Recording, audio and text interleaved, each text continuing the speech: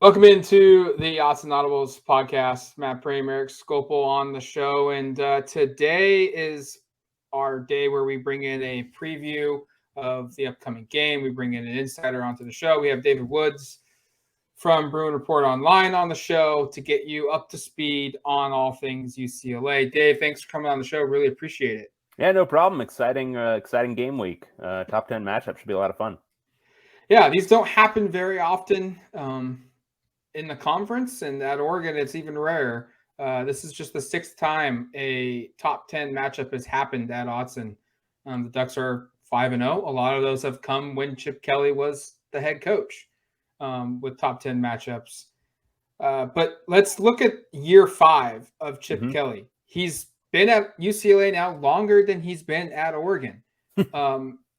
When you look at this team's play on offense, what they're doing on defense, you look at the players they've brought into the system, they've recruited into the system, the skill sets that they have.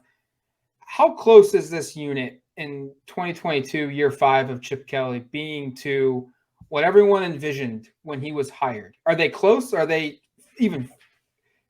What's just this team looking like from what you all expected to see? It's a really good contextual question because I think that's what a lot of UCLA fans have been kind of questioning for such a long time is when is this going to look like what we expected? And I think the short answer is right now. The offense, I think, it's not the same. Obviously, it's not the blur. They're not going super up tempo. It's much more of a NFL, what guys call now a Sunday offense. They're utilizing a ton of tight ends. They certainly are not as run heavy as those Chip Kelly teams running the blur. But the efficiency, the explosiveness, they're top 5 in points per drive. They're top 5 in yards per play. They're top 5 in generating available yards. Like I think they're of available yards, they're getting 72% of them on every drive. It's now operating at kind of peak capacity. And I think Chip Kelly's offense, the scheme has been working now really effectively, I would say, for 3 years. But the big difference this year is Dorian Thompson-Robinson. He's gone from a guy who was extremely mistake prone in those first 2 years. Like you would see the highs and then you would see some below the basement lows. Those were the empty-handed fumble days. Those were the picks. Those were the 15-yard sacks. He excised the mistakes from his game, those huge ones, probably 2 years ago. But the level at which he's playing now, from a timing perspective, from a reading a defense, from a processing time perspective, it's just made it so much more effective. And I think that's really the big key is you've got an effective scheme. It's not the differentiator that the blur was, but now he's got that fifth-year quarterback who's playing at an elite level, and now you're seeing just the full capacity of that offense. Sticking with DTR, Dave, I'm curious because he's a player this conference knows better than most players in this conference, right? Yeah. I mean, it's a simple way of putting it of like he's been here 5 years. He's been starting every single one of the seasons. We've seen him. You talked about the growth. I'm curious, what's the explanation? Because even last year, the stats are really impressive. They are 10%, 15% better across the board, and just in terms of career highs in yards per attempt and completion percentage, quarterback rating. He was really good last year on all those anyway, but it's up a little bit of maybe 10%, like I said, across the board. Is this just simply a quarterback who's been around a system for a long time, kind of putting it together? Are there ancillary explanations, scheme, personnel changes? Like, what do you explain kind of the step he's taken? Because I think his stats as a passer are among the most impressive in the country. But if you consider the progress from last year to this year, and even if you go back and go 2 years, 3 years ago to now, it's really an impressive, progression. Oh, absolutely. And I think so. One thing that's important to keep in mind with Dorian is that he only started a single year of high school football. And so from a growth curve standpoint, a ton of these guys who end up starting at the college level, especially as true freshmen, they're guys who played 3 years of high school football as quarterback, started all the games. They were the stars then. He was playing behind Tate Martell at Bishop Gorman. And so he was only playing second halves. He was playing wide receiver until his junior year. So there's some of the basics of the position, I think, that were still kind of lost on him, essentially, in the first couple of years. And so you saw the immense talent, but you didn't see anything like consistency. I would say the big thing, if you go back and look at his statistics, is it's been incremental improvement every year. He's got a tremendous work ethic. He's one of those guys who's constantly in the off season working. And I think it's a testament to, kind of intrinsic motivation, all that stuff. And I think, reps, experience being the best teacher. He has played a ton of football at this point. He's played a ton of football in the same offense. Guys who are around for 4 or 5 years, typically there's offensive changeover. In college football, you're not often seeing the exact same offense, even if you're starting at a place for 4 years, year to year. It's rare to have that continuity as well. So I think it's a marriage of a lot of things, but I think look, if 3 years ago, I would have said, I don't know about this guy as a long-term prospect. I don't know if he's going to make it. And I know a lot of people wrote the book on him after the first couple of years, where it's like, this is not a top-level FBS quarterback. But I think it's a testament to that experience.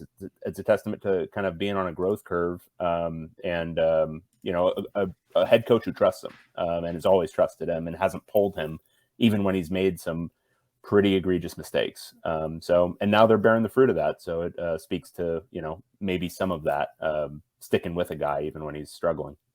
The words hot seat and Chip Kelly never worked together in a sentence when he was in Eugene. I think those were used a fair amount in Los Angeles the last couple of years. One of the users, yes. One of the users, Dave. Okay, fair enough. Where I guess I'll ask you, but I'll also ask just kind of your temperature check on the fan base of like, what has the 6-0 start done to everyone down there? Has it cooled off? I mean, how kind of, what's the perception now with this hot start?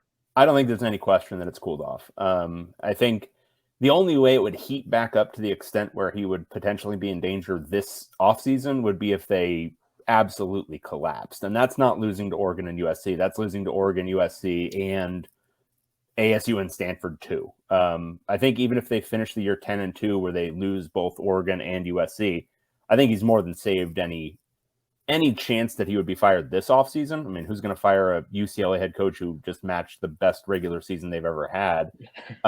And then, next year, it's still a question mark. They don't have a quarterback going into next year. Dorian's going to be gone. All that kind of stuff. It could set up, but it depends on what they do in the transfer portal. What Chip Kelly's done at UCLA is he's essentially transitioned UCLA to sort of like an NFL team. They're doing free agency every offseason. I won't say they've completely foregone the high school ranks for recruiting, but talent acquisition, if you look at the playmakers on this year's team, Zach Charbonnet, he's a transfer. Jake Bobo, he's a transfer. Raekwon O'Neal, who's starting at left tackle and doing a really good job, he's a transfer. And that's the offense where Dorian Thompson-Robinson is still the engine. On defense, it's basically all transfers. So I think a lot will depend on next year, but from a this year standpoint, I see absolutely no chance they're talking about hot seat in this offseason. Kind of going back in history, the last couple of games between these two teams, you can look at it different ways. Mm-hmm. I think you could argue that UCLA maybe should be 2-0 in the last two games against Oregon. I mean, if it wasn't for a Jordan Happel 58-yard interception return, time expired in the first half in 2020, UCLA wins that game probably 35-31, I believe. Right. They lose 38-35. Last year, they had that 14-0 lead on Oregon in the first half. And things weren't going good for the Ducks. Now, on the other side of things, in both of those games, Oregon had double-digit leads in the second half against UCLA. They led 31-21 early in the third quarter in 2020. And then in 2021, they had a 17-point lead, and it was almost going to be a blowout. Just what's your feel of this matchup? Is it one in which, they are equally matched, or is it a case where I don't know if it's fair or not, but I feel like Oregon kind of played down a little bit the last couple of seasons. Are we free to speak ill of the departed now? Mario Cristobal? Yes. Are we free to? Yes. So I think the real lesson of the last 2 years is outcoached. I think Chip Kelly is a better coach than Mario Cristobal, and there's no question about that. And there wasn't any question about that then. What played out was Oregon's talent. Oregon then and now has more talent than UCLA. I think what the lesson of this upcoming game may be is how ready is Dan Lanning for a matchup against a guy like Chip Kelly? That offensive. What the differentiator for Chip Kelly in his time at UCLA? I said earlier there's not really a differentiator in the offense, but I will say this: his game planning it's at another level than I've ever experienced at UCLA. Even when they've been bereft of talent, like really nothing. That first year against USC, pulling off a win on that 3-9 team, that was pure game plan. And he's got a real ability to scout out tendencies, and then what his offense is designed to do is whatever it needs to do. He's got kind of a Swiss Army knife thing to it now, where there's not one thing that they're trying to do. It's okay, what is the defense trying to do, and we're going to exploit it. And is Dan Lanning ready for that? Because if he's a little bit more ready than Mario Cristobal, then I expect Oregon's talent to play out again. But first-year head coach, first-year offensive coordinator, all this kind of stuff where it's like, well, is the coaching advantage going to show up for UCLA? And if it does, the fact that Dorian Thompson-Robinson is playing at such a high level, will the talent differential be so great still that Oregon's able to pull it out on talent alone? And that's the lesson for this game. And that's why I'm still writing the preview for tomorrow. And I am still struggling with what I'm going to pick for this one. It's a hard one, David. I think you just outlined a lot of the kind of questions that I have as well. And I think if you look at both these teams, kind of the nature of the games leading up to this, there's a question to me of what do we make of either of these teams? UCLA's non-conference schedule didn't really challenge them, and then they played two good teams, but both at home. They handled their business, and I was really impressed with what they did both weekends. And you look at Oregon, they laid a complete egg to open the season in Atlanta, about as bad as the season could start, and they've won 5 straight. But I think the thing I've kind of been looking at recently, and some of these wins have been impressive by margin, but how good are any of these teams? BYU has fallen apart. Washington State lost to Oregon State, wasn't all that competitive there. Obviously, Stanford and Arizona, I don't think either of those teams are good teams that are going to win a lot of games this year. So I guess the thing that's hard for me, and maybe this is less a question and more of just an observation, is I'm going to be really curious to learn coaching staffs, but also just the way these teams are composed, of kind of like, are the strengths we've seen to this point really strengths that separate you from good competition, or are they strengths that separate you from kind of mediocre competition? And I think specifically for Oregon, it's the run game offensively, and it's Bo Nix as a quarterback, but Bo hasn't really been put up against a tough team in a game like this, besides the Georgia game, and that didn't go very well. Yeah, the thing I would say is, and this is maybe me devil's advocating a little bit, but even that Washington State game, even with the miraculous version of that comeback, if you look at the underlying stats of that game, it was real foolishness in the red zone that kept that from being a blowout anyway. Absolutely. Like Oregon should have won that by 10 or 14. If you look at the underlying stats, obviously there was a bunch of red zone snafus and the whole thing, but I think Bo Nix, this is the best he's ever played. And yeah, I would say challenging or no the defenses that he's played, but you can't argue with whatever it is. Is he at 12 touchdowns and 3 interceptions so far this year, something like that? It's once since Georgia. Since Georgia, right? And Georgia's an NFL team, so I think that you look at what Oregon is doing offensively and UCLA is doing offensively. It's through 6 games now. Whether the competition is poor or not, if there was a lack of quality, it still would have shown up. Even Washington State's defense is pretty good. It's the best defense in the Pac-12, but nobody's playing defense in the Pac-12 this year, so it's really hard to say. But I think you can say pretty definitively Oregon's offense is really good. UCLA's offense is really good. The defenses, Oregon's statistics defensively are bad. They're very bad. A lot of that is influenced by Georgia. A lot of it's influenced by the junk time stuff against Stanford. A lot of it's influenced by just the weirdness in Pullman. But whether they are average or bad is a question. And whether UCLA's defense is average or below average is a question. I think there's my familiarity with UCLA makes it so I can say, yeah, the defense is a lot better than last year. It still might not be good, but it's a lot better than last year because at least they're forcing teams into long drives now and they're limiting explosive plays. But if you look at the offenses UCLA's played, I think Utah's is really good. I think Washington's, it's pretty good. But I don't know about the rest of them. So it's hard to say oh yeah, that defense is going to be top 40. And I think the same is true of Oregon to an extent. I think the defense has improved each week. I don't think you can look at what they did against Oregon and what they did last week or 2 weeks ago in Arizona and say that's the same thing. Right. But is it at the level where it's going to be a top 40 unit this year? Just don't know. We're going to take a quick break. When we come back, we'll continue our conversation with Dave Woods, Bruin Report Online. All right, welcome back to the podcast. Dave, let's go back to the offensive side and DTR here just for a second. Has this been, it feels like from an outside perspective, I've seen a couple of UCLA's games, but I don't watch every single play. Mm-hmm. Has their skill players improved, or is this DTR lifting everybody up around him because of his play improved? How much does that translate to just the success we're seeing offensively? It's a little unknowable. My theory of it is it's a lot DTR because I don't think you can say, oh, they lost Kyle Phillips and Greg Dulcich and the receiving core improved, but that's what the stats say. And the stats, Jake Bobo came in from Duke and he's been an asset they didn't have previously. They had Chase Cota lining up at that outside receiver spot for many years. I don't think they used Cota well. I think that's I think it was partly Dorian Thompson-Robinson ISOing on his inside receivers. He was constantly throwing to the tight end or the slot. Didn't really see the outside very well. Jake Bobo gives them, though, an established playmaker at that spot, whereas Cota was never really established at UCLA. And so I think maybe Dorian came into the year trusting him a little bit more. But I do think a lot of it is just he's seeing the field a lot better.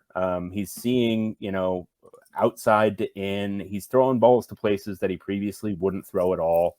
And he's throwing more accurately and on time. So I think it's mostly a product of the quarterback. But you look at what Jake Bobo's done, Cam Brown has done, another incoming transfer, Titus Mokiao Adamalala. That just flowed off the tongue. You love that? Incredible. We struggle with those names. That was impressive. And those guys have done really, really well. The tight end position, I think there's no one guy who's replacing what Dulcich did. Ezeki is good. He's dropped a couple of balls so far this year, but he can be a playmaker, pretty decent blocker. He can be a downfield block for some big plays in the receiving game. And then Hudson Habermill is a former walk-on, is a pretty good receiver. But I think it's mostly Dorian Thompson-Robinson just fundamentally being better, and he's distributing the ball at a much higher rate into a wider variety of guys than he ever has before. I'm going to ask you one quick question, then another question that is not quite on the same length. A couple of Oregon defenders compare DTR to Justin Fields. Is that steeped in any fact from your perspective? Because I also asked, here's the caveat. I asked, who does Cam Ward remind you of to a couple of defensive players? And they said Kyler Murray. And then we had the Washington State guy on and go, that's not a very good comparison. So what do we think about Justin Fields for DTR? What's so funny about that comparison is Tracy Pearson, who runs Bruin Report Online, he made that comparison when they were being recruited because Chip Kelly, when he first arrived, there was a thought that he was going to try to get Justin Fields, but instead they stuck with the idea of Dorian Thompson-Robinson. Who knows what kind of chance they would have had at Justin Fields. I don't hate the comparison. It would have sounded ridiculous before this year. Right. But I think now with the way he's playing, it's just what I would say about Dorian, and this isn't really comparison level, but what he's playing like is what you expect from a fifth-year guy. Like when you see one of those fifth-year Big Ten quarterbacks who's just not, making no mistakes in the whole thing, but he still has all that underlying talent, like that elite athleticism and that huge arm, that when you combine that with the moxie, the experience, all that intelligence that comes with being a fifth-year guy, it's something to behold. And Justin Fields, that's a fine comparison. I mean, he's playing at a Heisman level, so I don't know how you get away from like kind of these comparisons that would have seemed outlandish before this year. But he's playing like it through 6 games, so we'll see if he can continue. Oregon's going to be, just for my money, even counting the USC game, this is the toughest game of the year for UCLA. So if he can keep it up this weekend, then I think a lot more of those sorts of comparisons are going to be made. And my second, I think we're going to ask the same question, Matt. So you go ahead and ask the question I think I was going to ask. Okay, well, we haven't talked a lot about defense. Mm-hmm. And both and justifiably, why do we want to talk about these defenses? That's not. But I want to talk about Latu here for a second. Sure. He's second in the conference in sacks. he didn't play a down of football the previous 2 seasons. Just how much of this is a surprise, and how much of this is just a guy that was a big recruit playing to his potential? And just can you maybe speak to just the importance of his development has been for UCLA's defense? Well, let's start with the surprise. I wasn't sure he was going to play this year. He was not fully cleared in spring. And it wasn't until well after spring that he was medically cleared by UCLA, because he'd had a serious neck issue that Washington had medically retired him for.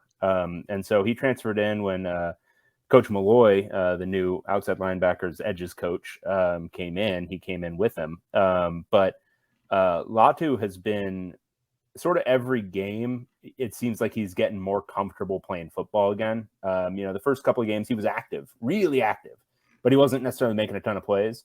That really broke through over the last few weeks. And what he has is a elite combination of strength, bend, and flexibility.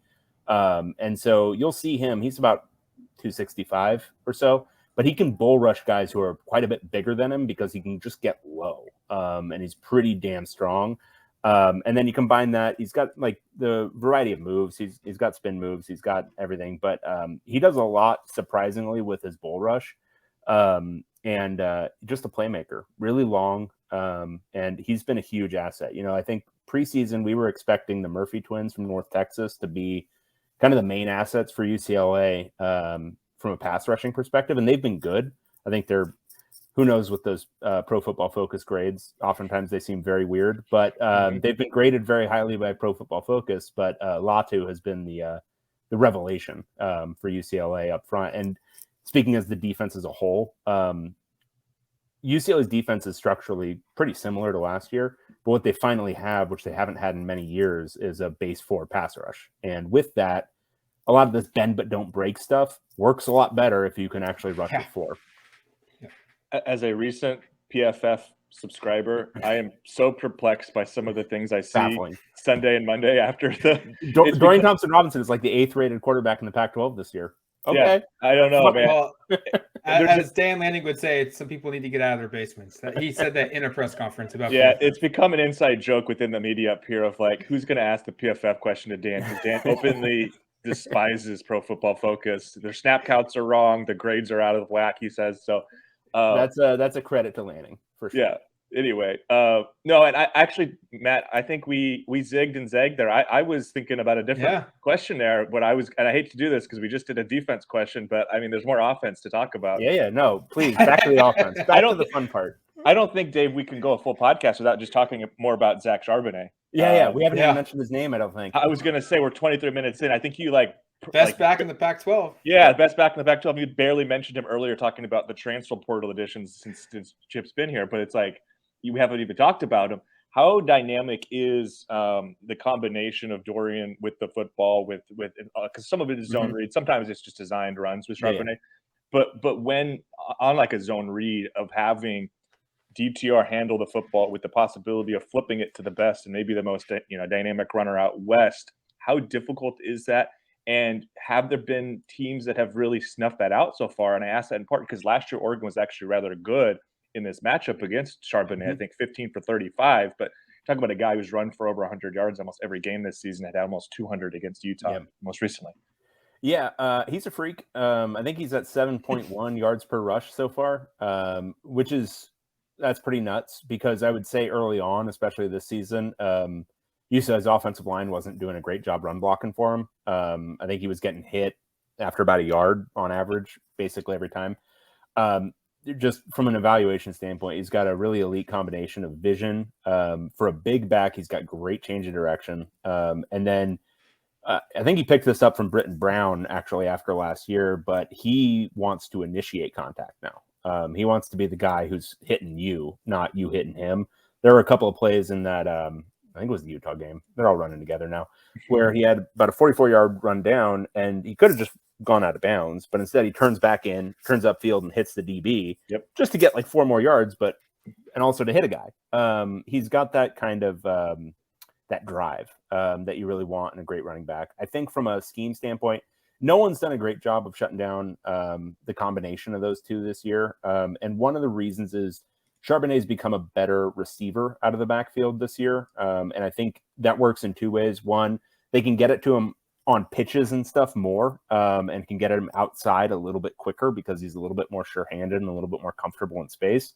And then also you need to be wary of him leaking out of the backfield and catching the ball. He's had a couple of big plays as a receiver this year. But yeah, I mean, he and Dorian it's a combination that UCLA, I would go so far as to say is pretty close to never had, but it's Brett Hundley, Jonathan Franklin, it's Drew Olson, Maurice Drew. Like there's some real talent in the backfield this year, and it makes it very, very difficult to defend, especially when they are getting into the RPO game. Zach Charbonnet is he's going to be an NFL back. I mean, he's going to be probably a top 4 round pick. I don't know anything about the NFL draft, but probably. I mean, I would if I was running a team, I would draft him somewhere in the top 3 or 4 rounds. He's very, very good. What are the concerns for UCLA going into this one? Are there any major? Yeah. So I think in this one, UCLA has Cam Rising last week gave them 2 weeks ago, gave them a little bit of a look of a running quarterback, and he gashed them a little bit. He was able to get some yards on the ground. Bo Nix is a different story, a lot faster, and much more willing. Cam Rising does it when he needs to. Bo Nix, I think, is going to be down to run whenever there's any opportunity available. And he's averaging 15 yards a run in October, something like that. Correct. Yep, 8 for the season. Yeah, that's crazy. So I think edge containment is going to be a big focus for UCLA in this game, and it's an unknown because they've been pretty good at rushing the passer. But as anybody who's watched enough college football knows, if you're a little too aggressive rushing the passer and that guy can run, see you later. And then the other thing I would say is UCLA has been bend but don't break this year. They've been really, really, really, really, really good at preventing explosive plays. This offense, though, presents challenges that are unique among the first 7 teams they've played this year. Utah's offense is good, not explosive. Oregon's is. Oregon has the potential to, go off on you. And so it's going to test their tackling on the back line. It's going to test their cornerbacks in a way that they haven't been tested. And so I think from a defensive standpoint, there's a lot of concerns. I think there's some weather-related concerns for the offense, but at this point, I'm willing to say the offense is going to get its points pretty much every game, but will the defense be able to generate a couple of stops? And I think that's what this game is going to come down to. Which of these 2 defenses is going to generate 2 stops a half? And that's the team that's going to win, no doubt, because both these offenses are really, really good. Last one for me, and I think Matt has one too. Where's the belief with this team beyond this weekend? Outcome regardless of this weekend, what are we expecting from UCLA down the stretch? Because the expectations change when a season starts the way it has. I remember last year I was kind of skeptical of Oregon, and then they won in Columbus, and suddenly it's college football playoff or bust, and then it was bust, and everybody thought the season was a disappointment suddenly. What would constitute, again, regardless of this outcome, kind of a successful finish to this year? Is it college football, or playoff or bust? Is that something people are talking about? Is that in the conversation, or is it more conference championship? Go to a Rose Bowl, go to a big time bowl, win a game, win 11 games. And I can't speak for the entire fan base, but from judging the tenor of things and my own impression of this team, if they lose this weekend, I think the scenario where everyone is not disappointed is if there's another game between these 2 teams in Vegas in the first weekend of December, because this is the loss for UCLA. I think that's the scenario where UCLA fans would be like, oh yeah, that was a great year no matter what. I think the scenario where they lose this one and lose to USC, while still on its face, obviously a successful year, going 10-2, that's you're kept out of the Pac-12 title game in a year where, right now UCLA from our preseason expectation has broken serve, because we had them at 5-1 at this point because of the obviously weakness of the schedule and the perceived weakness of Washington, which has not turned out to be exactly what we thought, but beating Utah instead of losing to them. If they won this weekend, obviously they'd be breaking serve twice, because I had this as a loss. I'm not sure what Tracy had. But losing this weekend, it's not a season ender. It's not an end to hope. It's not an end to dreams. And I think everyone would be super satisfied if UCLA is competing for the Rose Bowl on December 2nd or whatever it is. I think that would be supremely satisfying for most of the fan base. All right, Dave, we'll get you out of here with this one. What's just life like with UCLA being the best team at football in Los Angeles right now? I mean, like, it makes USC chirped a lot before they went and played somebody on the road and they lost. Oh, Matt's enjoying this question. It makes recording the podcast of champions really fun with my favorite co-host Ryan Abraham. Yeah, I mean it's a fun and weird deal. First, that both USC and UCLA decided to be good this year because 2 years before they bought for the league. By the way, thanks guys. When the hell did that last happen? I think you'd have to go back to. I mean, depending on your definition, the Sark year, but before that, it was like 2005. So it's certainly interesting. That game on November 19th is going to be a ton of fun. And it's at the Rose Bowl, so it'll be a little bit advantage UCLA. But yeah, for now, I think UCLA riding pretty high as the top dog in the Southland.